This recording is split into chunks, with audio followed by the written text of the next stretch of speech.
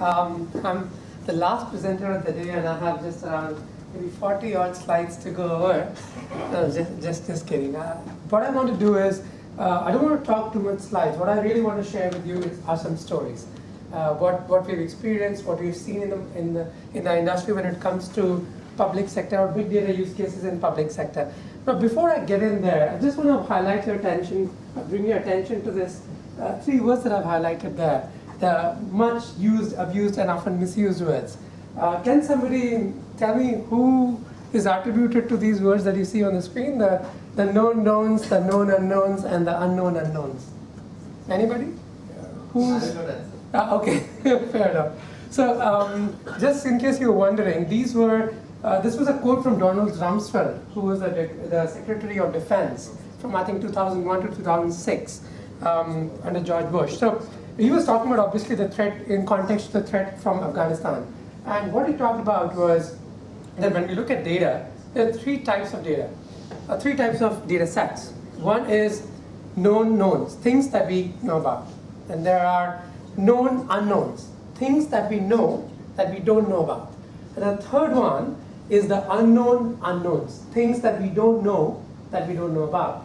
And I think this is very, very relevant to the public sector, and more so to home affairs or to governments, because more often than not, especially in the context of social media or the explosion of social media, a lot of governments and a lot of entities are left struggling with figuring out what is that they need to capture, what is that they should be looking for.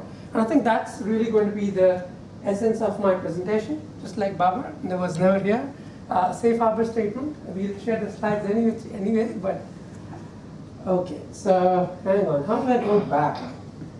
All right, so I'll start with a quick image, which is quite relevant when we look at social media today, or crime from a social media perspective today. The first time this was really highlighted was during the London rioting.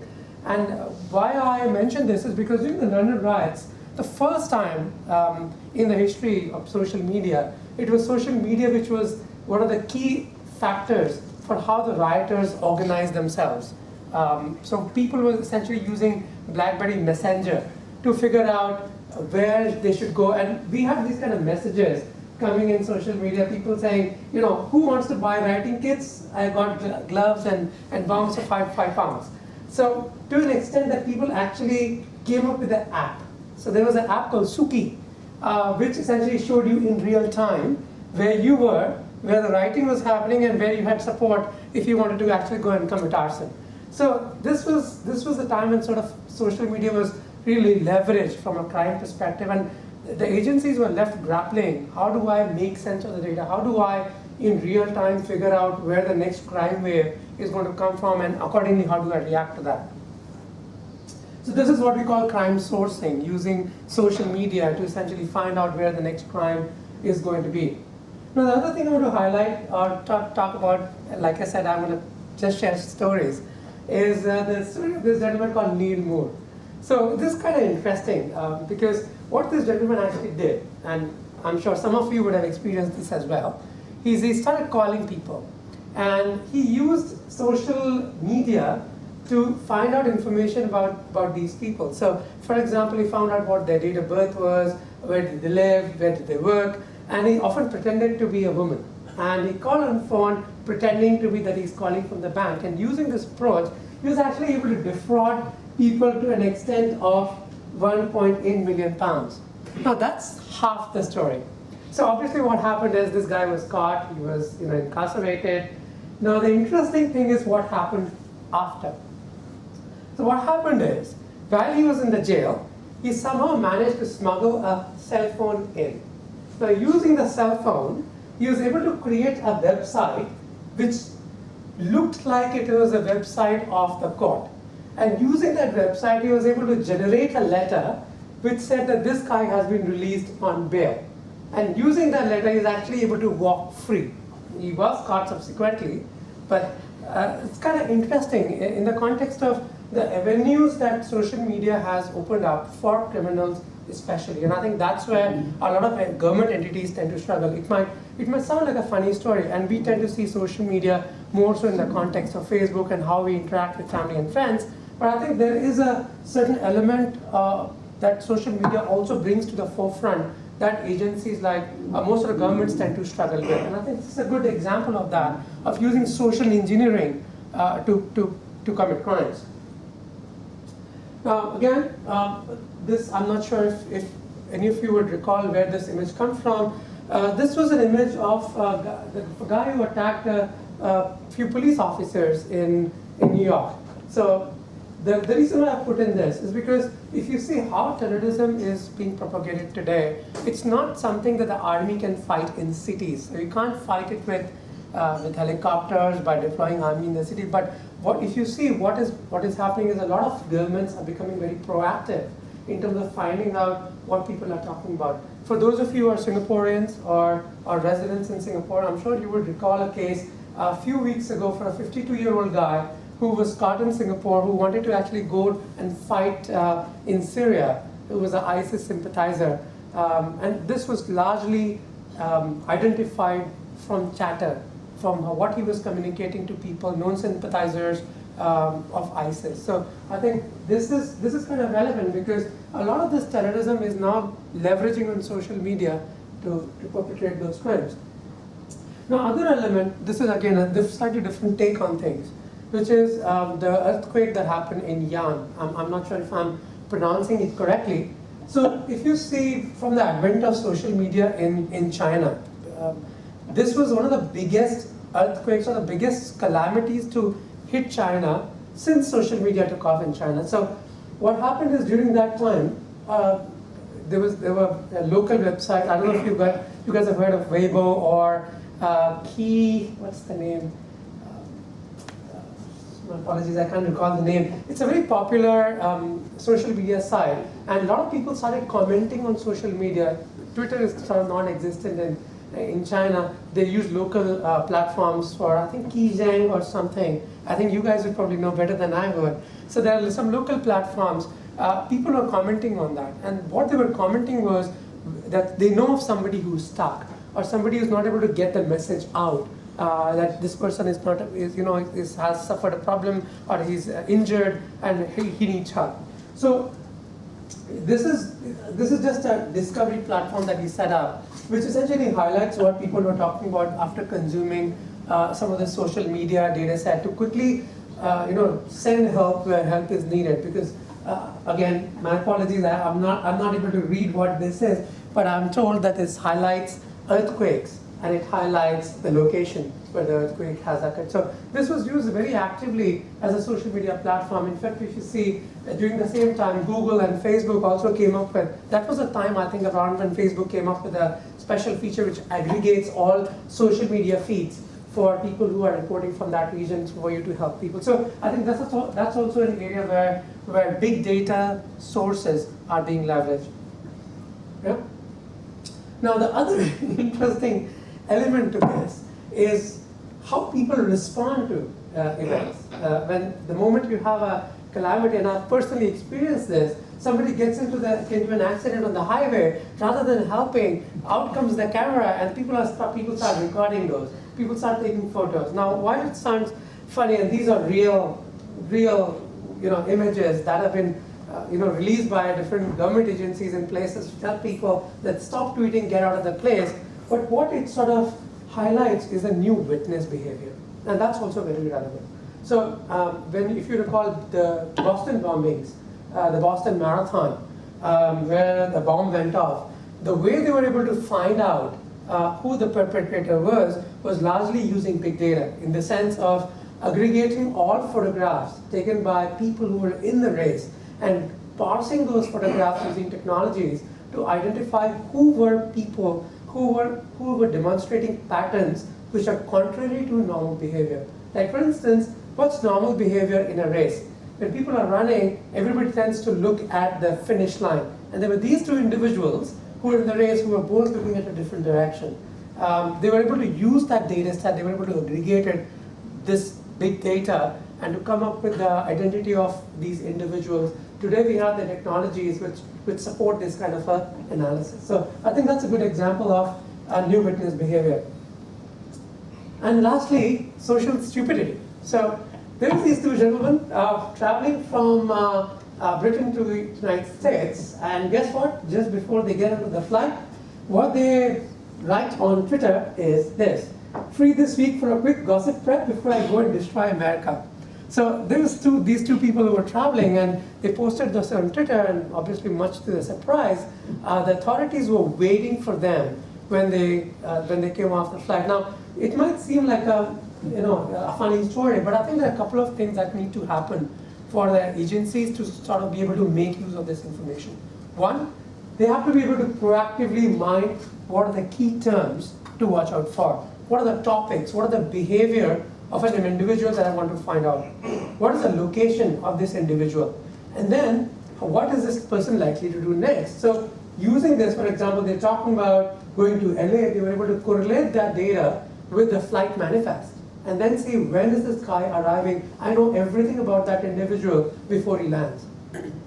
Now, again, we have seen some examples of this just last week in Singapore. Again, for those of you who are Singaporeans or PRs, given that we had elections last week, we've seen our own very home turf examples of social stupidity as well. People talking about things on social media and how different agencies today want to mine that to get a sense of what people are talking about and what are some of the hot buttons are. Yeah? Any questions so far? So usually when there are no questions, it means one of two things. It means either everything is understood and all is well in the world, or the second is nothing is understood, and I'm hoping it's the former and not the latter. Yeah? Do feel free to stop me at any point of time should you want me to elaborate on any specifics regarding the use cases that I'm presenting to you. Yeah? So, since we're talking so much about data, I think this is a slightly relevant slide. Baba talked about this in the context of airlines. How much data is generated today? And I thought it'd be good to sort of give you a perspective of how much data is generated today in 60 seconds. So this is typically some of the sources that all of us consume in a day. All of us use LinkedIn, social media, Google, email. Just sort of give you a perspective of how much data is generated in a second. Now, multiply that by the number of people, by the number of countries, locations, and it would get very overwhelming very quickly. How do you then mine that kind of information? Typical technologies that we have used to process data from OLTP applications or let's say ERP systems is not sufficient anymore. It needs a completely different thinking to be able to mine or consume this data. It's not something that it's not a problem that you can solve with traditional tools. Yeah? What is the problem with this data? Okay. So when we look at big data, I just want to highlight 4 things, another 3 things for you. What essentially defines big data, and more so in the context of public sector. The first is volume. You have to have volume in the data, and I think that's pretty self-explanatory. If we have this much data in 60 seconds, imagine what I would get in a day, in a month, in a week, in a year.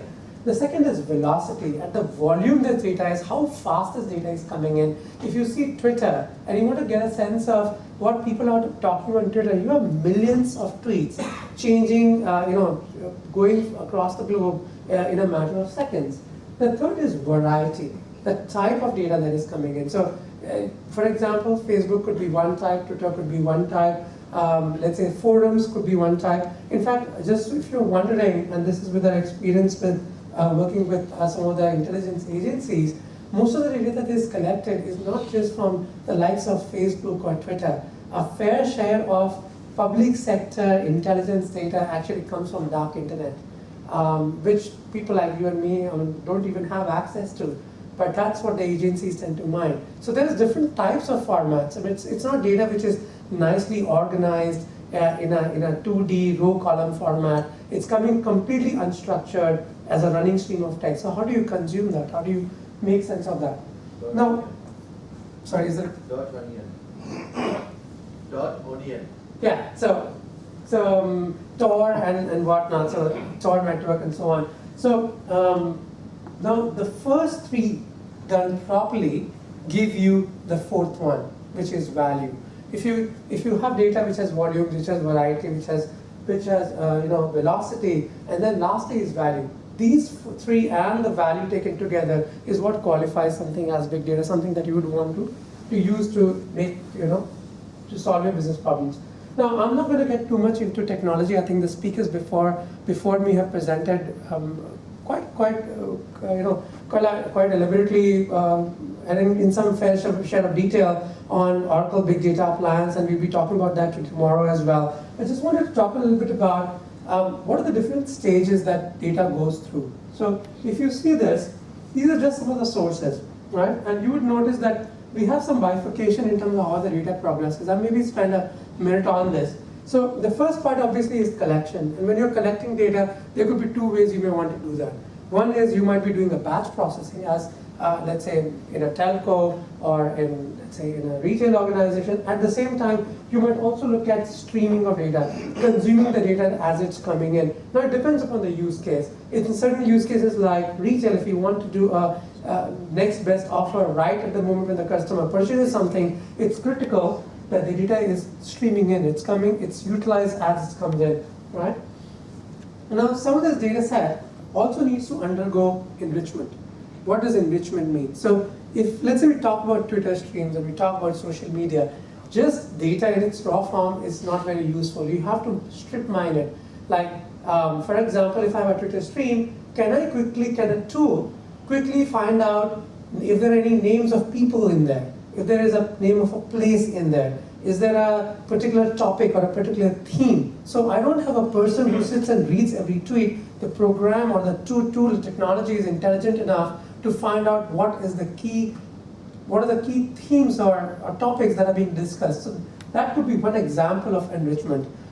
Extracting out what is being discussed or what is being talked about. It's also true for structured data as well. You may want to do different kind of enrichment. For example, cleansing of data, trying to make sense of a customer. So if you talk in the context of banks, for example, again, some of the speakers before me talked about this, customer 360. If I have a same customer complaining on email and I have the same customer complaining on, let's say, a survey form, how do I know it's the same customer?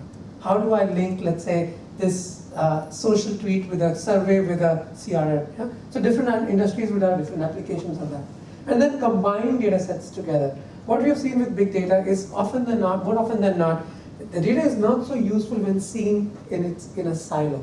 The data becomes useful when you start mixing and mashing things together. And tomorrow in the big data in action, we'll actually show you an example of this with some live data that we have. How sometimes by adding different perspective of data sets, which by conventional knowledge makes no sense, but combining it adds a lot of value. Yeah? And then obviously, there could be different perspectives of how people may want to add intelligence on that. So for example, we have partners who have built their own solutions using these data sets. I will share some case studies from that with you. Oracle has our own pre-built applications on some of these technologies, like for example, retail, airline, and so on and so forth. And then the customer sometimes has their own view on what they would want to do with that data set. Yeah? So these could be three different perspectives of how you may want to create applications on top of that. In terms of deployment, these could be either on premises or it could be on cloud, secure cloud, private cloud, and so on and so forth. So I want to share some real case studies now with you. I won't take more than 10-15 minutes, but I think these are quite relevant because these are people who have leveraged what I've just spoken to you about.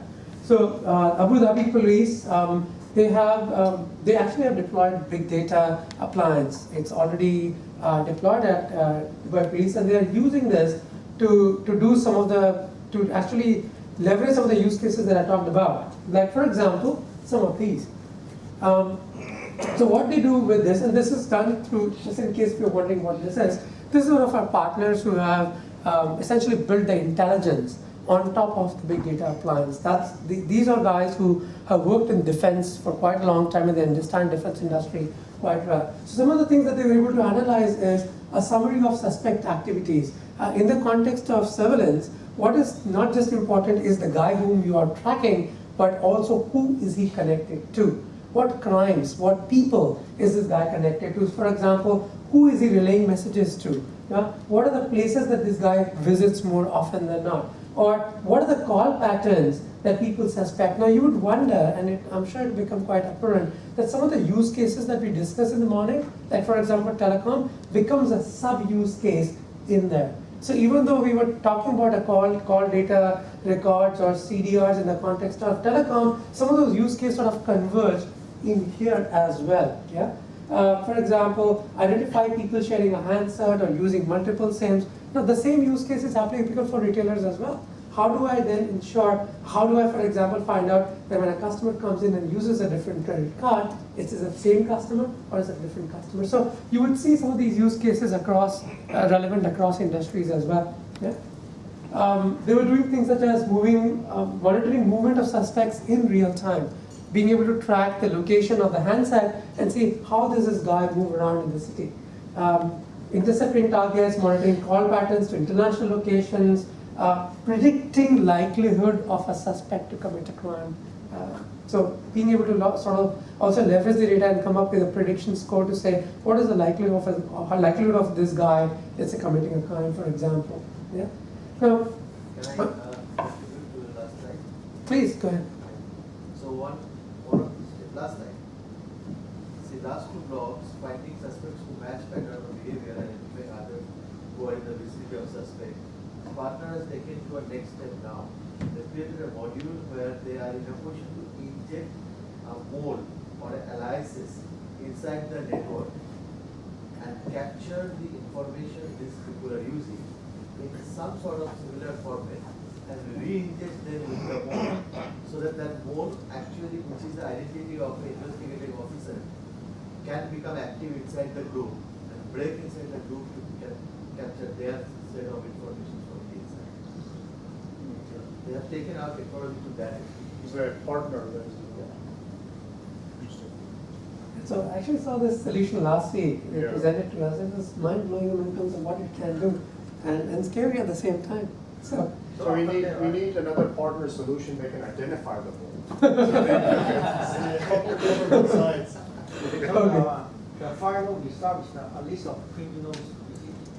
So, I mean, we don't really have an exact insight given the nature of the product itself. I mean, in terms of how it does, I think that's only available to intelligence agencies. We have a very limited insight on what it does, not to the specific details. I think that's only available to intelligence agencies themselves. Now, another thing I want to highlight, this is for Australian Crime Commission, is the volume aspect. So, before big data, what they were able to do is, if you look at the chart on the extreme right, what this talks about on the X scale, or on the Y scale, is the number of sources they were able to mine. And what I want to highlight or bring your attention to is two things. Number one, the number of sources they were able to mine. Number two, the ability to consume the sources they were able to mine. So for example, they were able to see only 60 odd sources, if you see the progression for all the way to 2012. And this is the gap in terms of data that they received and data that they were able to process. So not only are they receiving less information, they're able to process even less of that. Now let's step forward a little bit and see what happens with the big data appliance with Cloudera having been deployed. So again, if you look at this now, the number of sources has jumped way up from 60 to 1,000, and look at this graph here. So they're able to not only able to expand their view of what they can analyze, but they're able to actually use whatever they are getting access to, both being very relevant points from the perspective of making use of the data that they had access to. So I'm not going to spend too much time on this. This is another one of our customers. Again, uses a blend of things that we've talked about since morning: rules-based prediction, the data sources being across government and public, historical data deployed for air, land, and sea travel, massive volumes of data. So again, pretty self-explanatory slide. They're using a combination of all our technologies such as Exadata, Exalogic, Exalytics, and data discovery. Yeah? The last use case that I want to bring your attention to is Argentine riots. Can somebody see some similarities in these 4 photos that you see on the screen right now? Does something strike you immediately when you see these 4 photos? Incidentally, these were taken by 4 different people, and these are real photos of the Argentine riots. Now, the thing I'd like to highlight to you is this person here, this person here, this person here, and this person here, right? So during the riots, what the police was able to do is use video data and transcribe that into text to be able to mine that. Now it's very difficult to use video data as it is to make some intelligence out of that. So, but they were able to sort of use this data set to find out and actually find those people and prosecute those people who were involved in looting. Now they took it a step further. So they said that, okay, while addressing crime is obviously one angle, the other angle is also increasing the operational efficiency of police itself. So before, what used to happen is the police cars are out on patrol. At any given point of time, they didn't really have the visibility to say what areas are being covered, what areas are not being covered, and if I have a crime somewhere, who do I dispatch? So what they're able to do, and if you see this here, you would notice that the location is being grid marked by some lines here. Now what these lines are essentially police cars on patrol in transit in real time.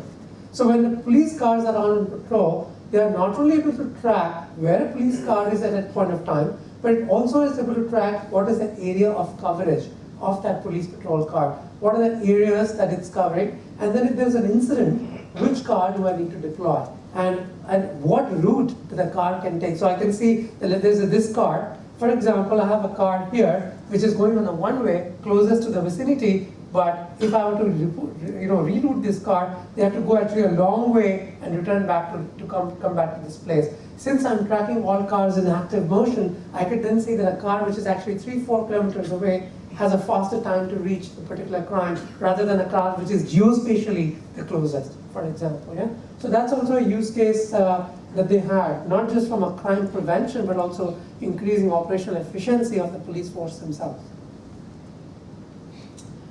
These are just some screenshots of what they have deployed, and again, you would see this in action tomorrow when I present a similar use case. So tomorrow morning we'll see some of this in action. How do you make some of this analysis, and how do you make sense of some of this data set? All this is used by business users.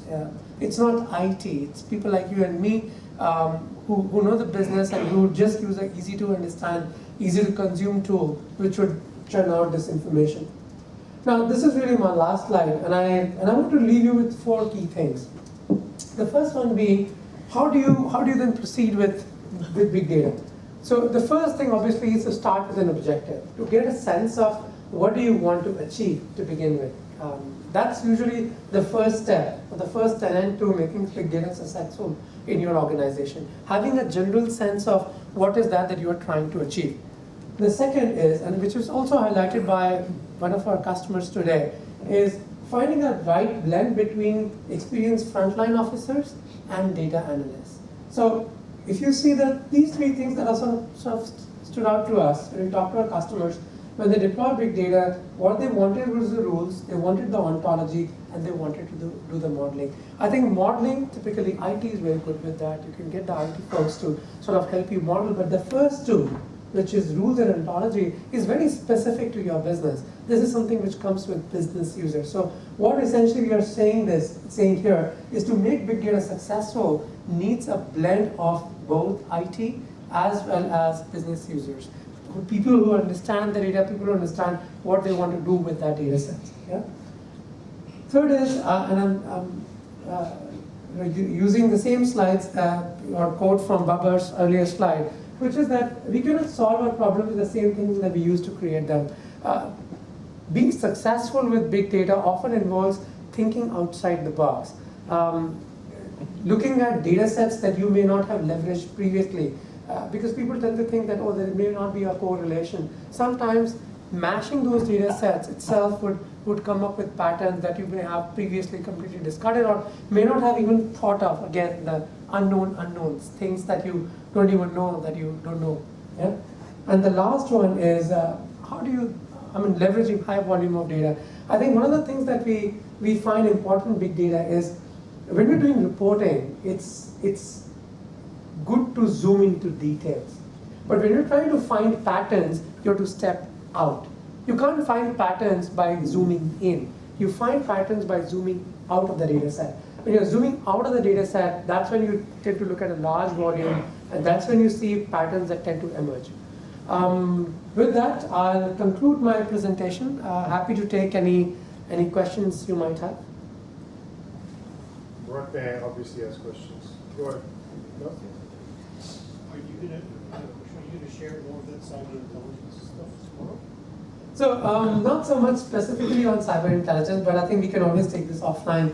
We have something planned for next week, again, internal, and we can take it up from there. Yeah. All right then. Going once, going twice. Dimensions. Sorry. How do you choose? Know the user define the dimension attributes.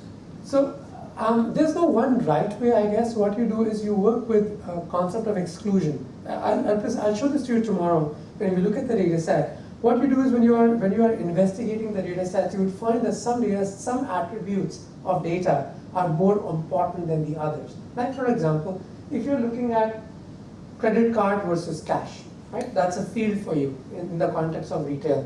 And you look at the data set and you find that 99% of the customers are using credit card, 1% are using cash, and you'd say, is this 1% worth focusing on? You could just say, take the payment type field out of my analysis, because I know for a fact 99% of my customers are using credit card. So the whole field of payment type loses value to me. Now, if I find a huge swing inside there, like for example, sometimes it's 45% credit card, and the next one it's 60%. I know there is a huge swing in that field. That means it's a valuable field for me. So sometimes you might just use the analysis of the field itself. Again, I know I'm saying this again and again. We'll present this tomorrow morning. I'll show you how. You allow users to define those attributes. Users have a say. Users can choose which fields they want to take into their analysis, which are the important fields, which are the ones that they want to keep in their perspective, which are the ones that they want to ignore. You're absolutely right. Users can do that. Can I give a simple example? We all do our annual health check, right?